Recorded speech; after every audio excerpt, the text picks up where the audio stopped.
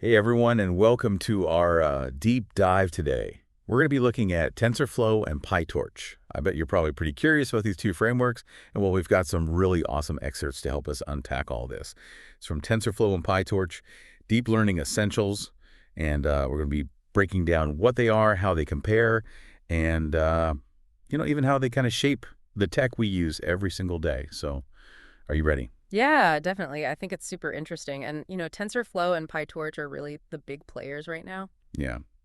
Okay, so let's just start with like the basics. We always hear these words thrown around: TensorFlow, PyTorch, frameworks. What does that even mean, like when we're talking about deep learning? That's a great question.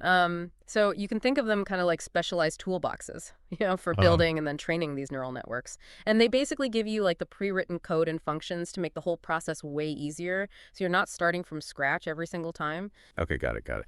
So, like a toolbox, you've got different tools for different jobs. So what makes TensorFlow and PyTorch like the top tools in the shed?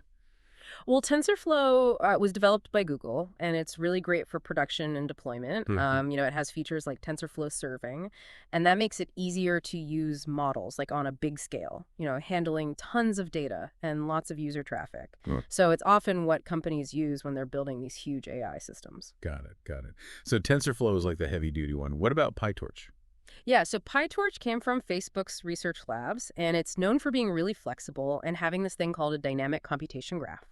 So that makes it great for research, where you're experimenting a lot. Developers can make changes really quickly and see what happens right away. And for a lot of people, it's just easier to use, especially if they already know Python.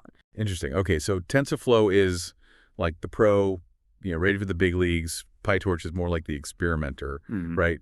So these frameworks, they're used to build neural networks, which are always being compared to the human brain. Can you help us understand that a little better? Yeah, so, the brain analogy, it is a little simplified, but it's useful for getting the basic idea, right? So a neural network, it's basically layers of these interconnected nodes, and the connections between them have something called a weight. And you can think about these weights, like how strong the connections are between neurons in your brain. Okay, and these weights, they change during training, right? Exactly. So when you're training the network, you feed it data, and it uses all this data to adjust the weights Mhm. to become more accurate in its predictions. It's kind of like learning by trial and error. It gets better with each piece of information it works with. You mentioned dynamic computation graph. What is that? And how does that make PyTorch more flexible? Right. So a dynamic computation graph, it basically means you can change the structure of the network even while it's running, unlike TensorFlow, which has a static graph, so you have to define it before you start. PyTorch's dynamic nature lets researchers try out different structures and, make changes right there. So it speeds up the whole research process. Okay, that makes sense. That makes sense. So we're talking about training. One of the things I was reading about is overfitting. What is that, and why is it a problem? Yeah, overfitting, it's when the network, it kind of learns the training data a little too well to the point where it's memorizing the data instead of, figuring out the underlying pattern. So it might be perfect with the training data, but then fail when it gets brand new data it's never seen before. So it's like a student cramming for a test, memorizing the answers without really understanding it. And then when the questions are different on the exam, they have no idea what to do. Yeah, exactly. It's like imagine you're teaching a model to identify different flowers. Hmm. If it overfits, it might get every image perfect in the training set, but then fail if you show it a slightly different rows. Maybe it's from a new angle or the light is different. Got it. Got it. So overfitting, definitely want to avoid that. Um, what about this whole transfer learning thing? Where does that fit in? Yeah, transfer learning is a really cool trick. You basically take a pre-trained model, it's already learned from like a massive amount of data, and you just use it as a starting point for whatever you're working on. So instead of training a model from scratch, you're using all that knowledge that's already in these pre-trained models. So you're making a sauce, but you start with a pre-made base instead of chopping everything from scratch. Saves you a lot of time. Exactly.